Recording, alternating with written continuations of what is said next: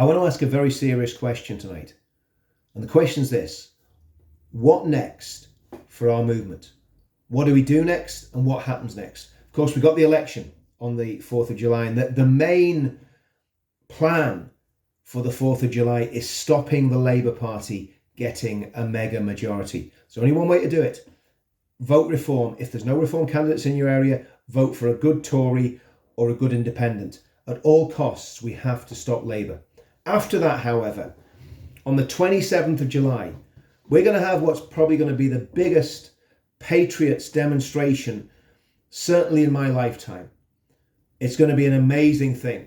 We're going to see hundreds of thousands of people coming together because they care about the country and they know there is something badly wrong that needs to be put right.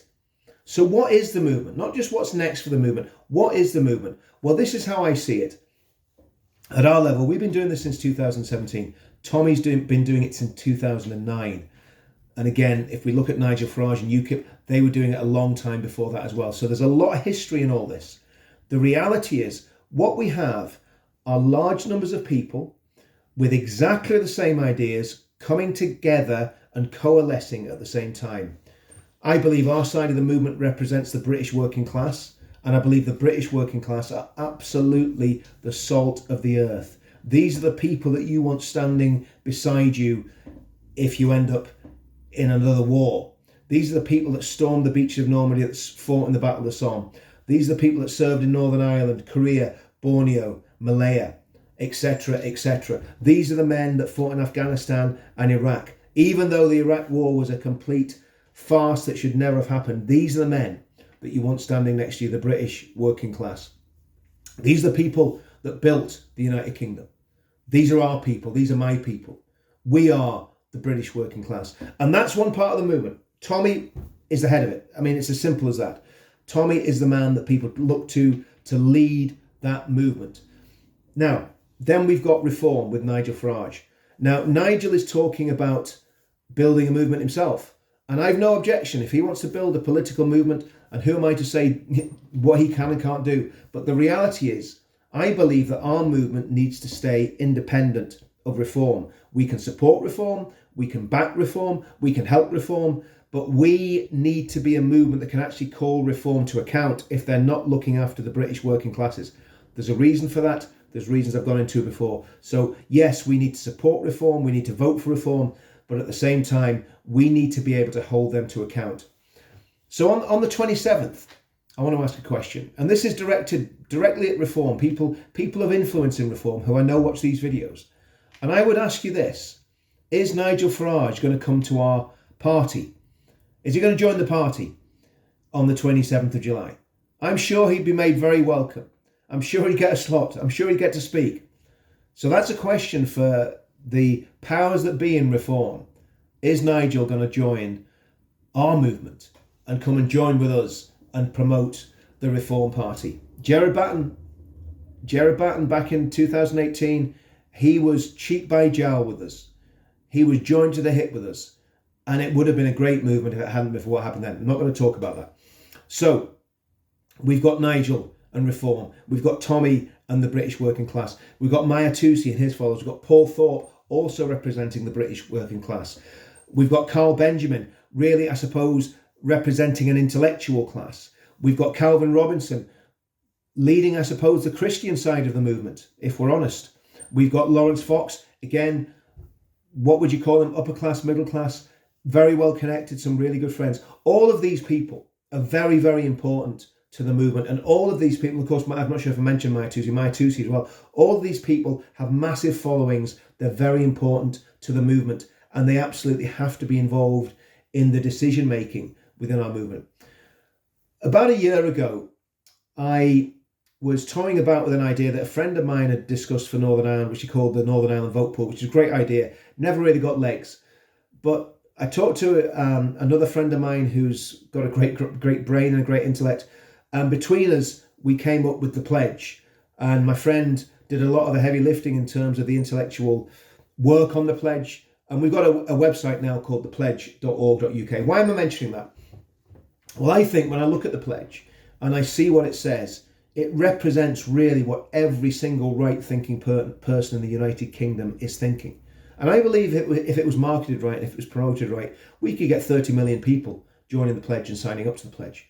So I think the pledge has got to be part of our movement. And what I'll do, I'll put a link in the description below so you can have a look at that. It's not set in stone. We're going to have discussions with prominent people in the movement about the pledge and about where it fits into what we're doing.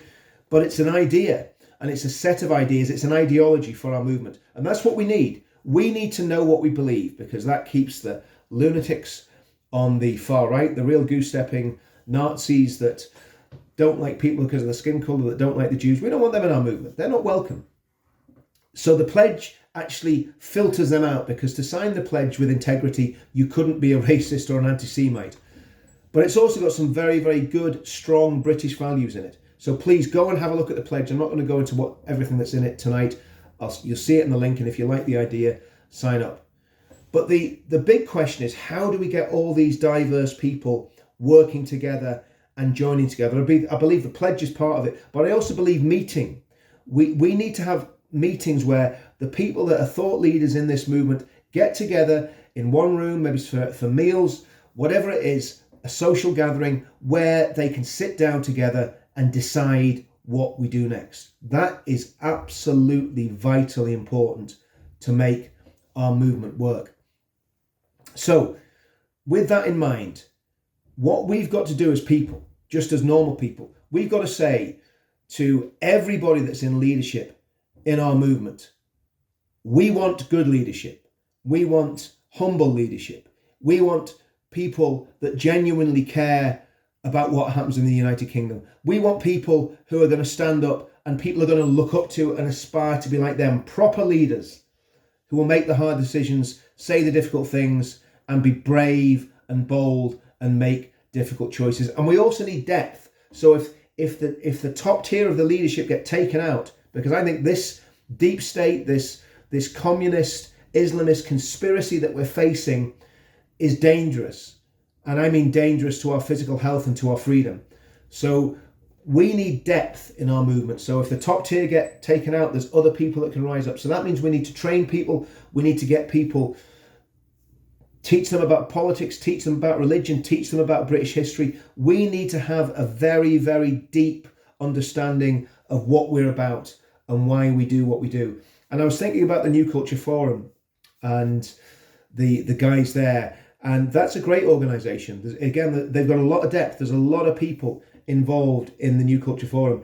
Peter Whittle, I spoke to Peter Whittle actually, funny enough, about it in 2018, and he told me what he was planning.